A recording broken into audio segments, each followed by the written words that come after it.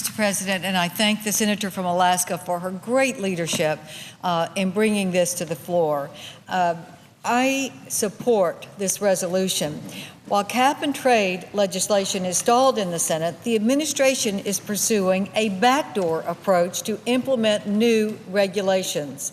The EPA's use of the Clean Air Act as a vehicle to expand its authority is a political maneuver that will allow the agency to bypass Congress and regulate greenhouse gases. This is the prerogative of Congress, and Congress has not acted because it would be a mistake to act. So here comes the regulatory agency to bypass Congress because they can't get congressional approval to do what they're trying to do. This vote has nothing to do with the oil spill in the Gulf of Mexico. It is unfortunate that some are trying to use the tragedy in the Gulf of Mexico as some sort of leverage against this resolution.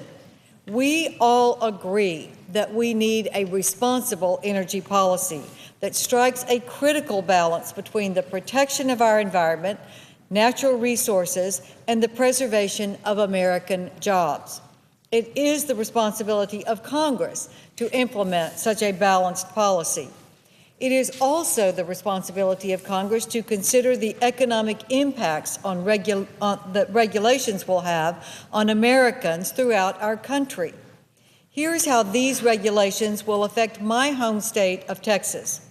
In Texas, more than 30,000 businesses will be in industries that will now be newly subject to the EPA's regulations.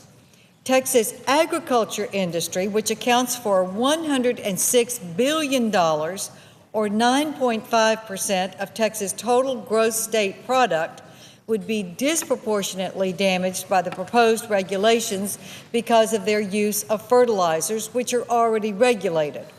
Across the country, small businesses, which are the backbone of our economy, and farmers and ranchers, which are the backbone of our economy, will be devastated by these regulations.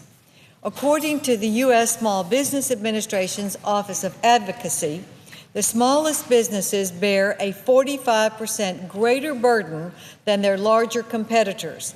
The annual cost per employee for firms with fewer than 20 employees is over $7,000 to comply with their regulatory burden. Mr. President, actions from the EPA are going to give foreign competitors an advantage over American businesses. While our businesses will become burdened with these new regulations, companies in China and India will have free rein in U.S. markets. As our economy begins to recover, the last thing families and small businesses need is a backdoor energy tax that is going to raise their costs across the board. Rather than imposing invasive regulations, we need a responsible energy policy that focuses on making alternative sources of energy, such as nuclear, wind, solar, commercially available. We all agree on that. That would be a balanced approach to an energy policy, which is what elected representatives should be making. This vote is to prevent a federal bureaucracy from doing the work of the elected representatives of the people. I am alarmed by this further attempt of the administration to circumvent congressional authority. I'm sorry to say, but this is becoming a hallmark of this administration. More regulations, and if Congress doesn't agree, let the agencies do it. I'm dealing in the Commerce Committee right now with the FCC that is doing exactly the same thing. They're going to impose net neutrality rules when Congress has not authorized the regulation of the internet in that way. It's just a pattern that is beginning to show itself, and it is wrong for our country, Mr. President. I am going to stand strong against cap and trade. I will certainly oppose the audacious attempt by this administration to bypass Congress and implement new regulations without the authority of Congress. As a solution to climate change, we need to work together to promote the use of clean and renewable sources of energy. We need to work on creating jobs, not tax small business to keep us from being able to create the new jobs. It is important that we work together. We are the elected representatives of the people. The EPA is not, and this is overreach. If we don't stop it, who will?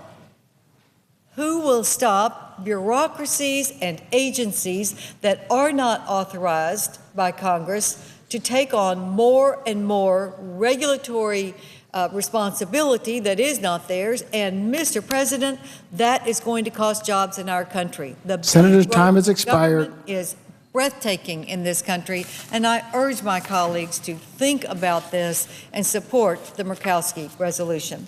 Thank you, and I yield the floor.